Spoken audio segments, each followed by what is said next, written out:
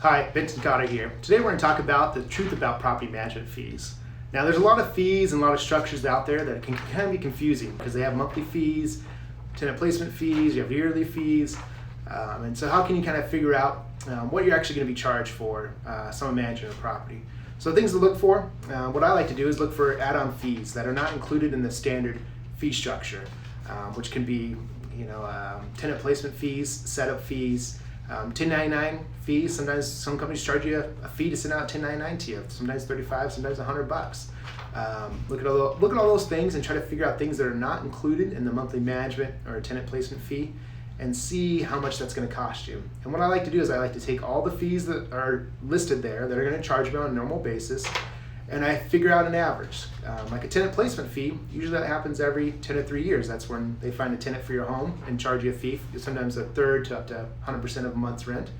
And so what you want to do, if that happens every 3 years usually, count that fee in plus the management fee plus any annual fee or setup fee or anything like that, kind of combine them all together, add them all up for 3 years, and then take the average. And that's actually how much you're going to get charged per month. You kind of have to look at it a whole picture. Don't just look at the monthly fee, don't just look at the tenant placement fee.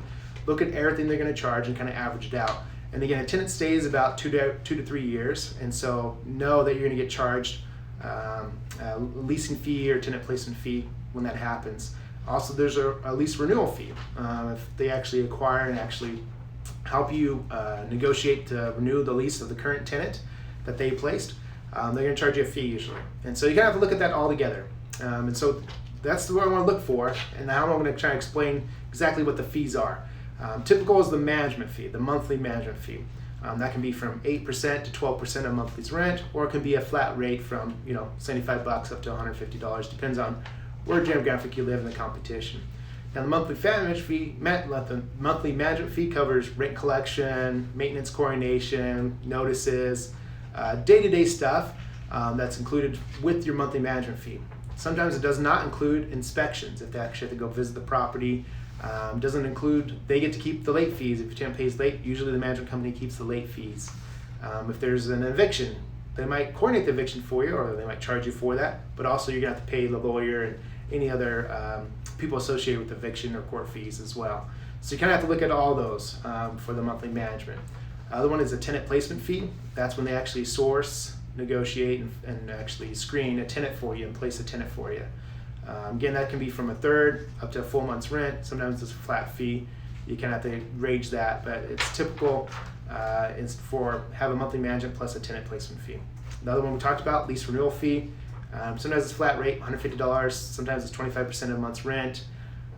Usually I like to be right around the flat rates, $150 to $250 is where I would look for a company. 25% of 1 month's rent is kind of expensive, especially if you have a $3,000 rental. And it's not much work for them, and so definitely want to keep that one down. Another fee could be the setup fee when you start. This is typical with flat rate companies where they just charge a flat monthly rate rather than a percentage of rent. Or they have a cancel at any time policy.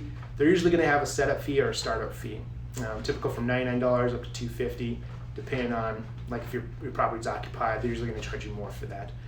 Again, that's typical with a company that has a cancel any time policy or a flat rate management. Sometimes you don't see it if it's the 10% monthly management. Sometimes you don't see that. So look through the contract, make sure that's fully disclosed and you understand what that is. Some other hidden fees are going to be the maintenance upcharge.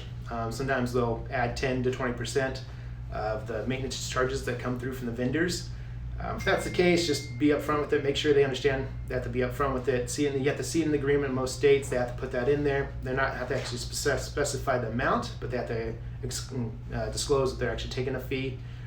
So you want to look for that. Sometimes it's okay. Sometimes they source and get better deals, and so they might be saving you 20%, but they charge you 10% of that 20% to actually cover their cost, which is okay. It's still you're getting your work done for cheaper. Look out for the companies that are not sourcing good vendors and are just upcharging what other vendor comes in, and then it's going to make your costs go up and obviously lower your ROI.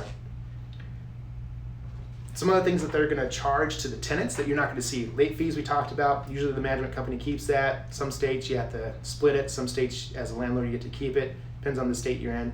But mostly typical property managers are going to keep that. They're also going to have some admin fees to help set up the tenants in their portals or such, like just one-time fees or monthly fees. That's pretty typical, but again, it's charged to the tenant.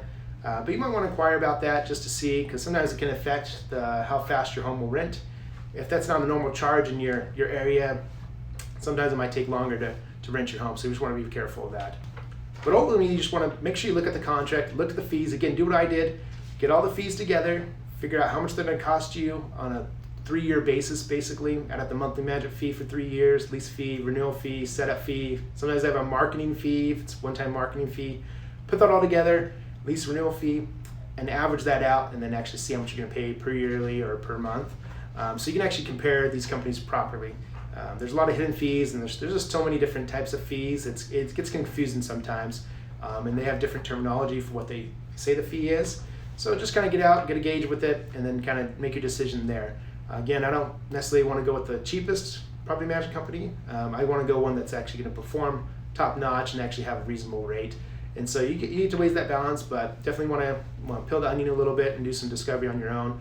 You can reach out to us, reach out to anybody. We're pretty open about us at RentVest. We can actually tell you, what our fees are. We try to disclose that on the website. Just go ahead and peel that onion, and always reach out if you have any questions.